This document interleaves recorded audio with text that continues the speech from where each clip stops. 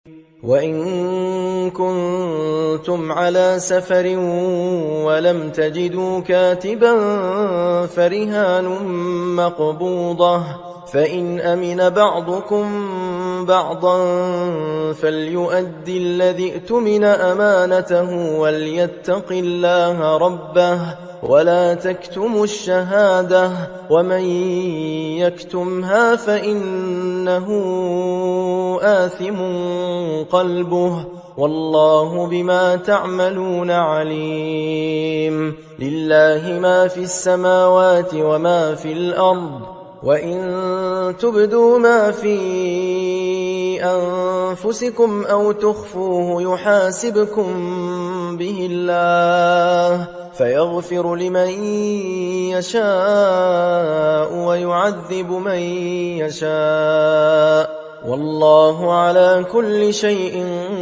قدير. آمن الرسول بما أنزل إليه من ربه والمؤمنون كل آمن بالله وملائكته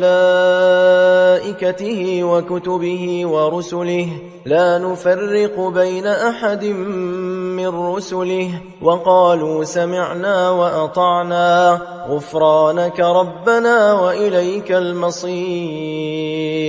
لا يكلف الله نفسا إلا وسعها لها ما كسبت وعليها ما اكتسبت ربنا لا تؤاخذنا إن نسينا أو أخطأنا ربنا ولا تحمل علينا إصرا كما حملته على الذين من قبلنا ربنا ولا تحملنا ما لا طاقة لنا به واعف عنا واغفر لنا وارحمنا أنت مولانا فانصرنا على القوم الكافرين. بسم الله الرحمن الرحيم. ألف لام ميم. الله لا إله إلا هو الحي القيوم نزل عليك الكتاب بالحق مصدقا لما بين يديه وأنزل التوراة والإنجيل من قبل هدى للناس وأنزل الفرقان إن الذين كفروا بآيات الله لهم عذاب شديد والله عزيز ذو انتقام.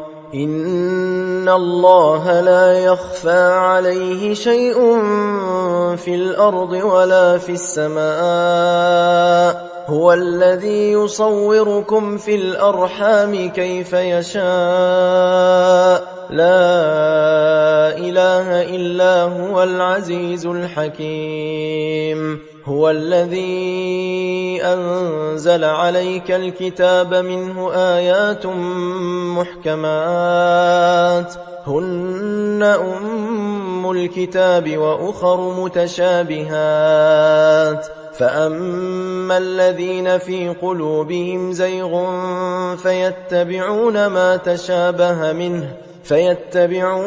تشابه منه ابتغاء الفتنة وابتغاء تأويله وما يعلم تأويله إلا الله والراسخون في العلم يقولون آمنا به كل من عند ربنا وما يذكر إلا أولو الألباب. ربنا لا تزغ قلوبنا بعد إذ هديتنا وهب لنا من لدنك رحمة إنك أنت الوهاب.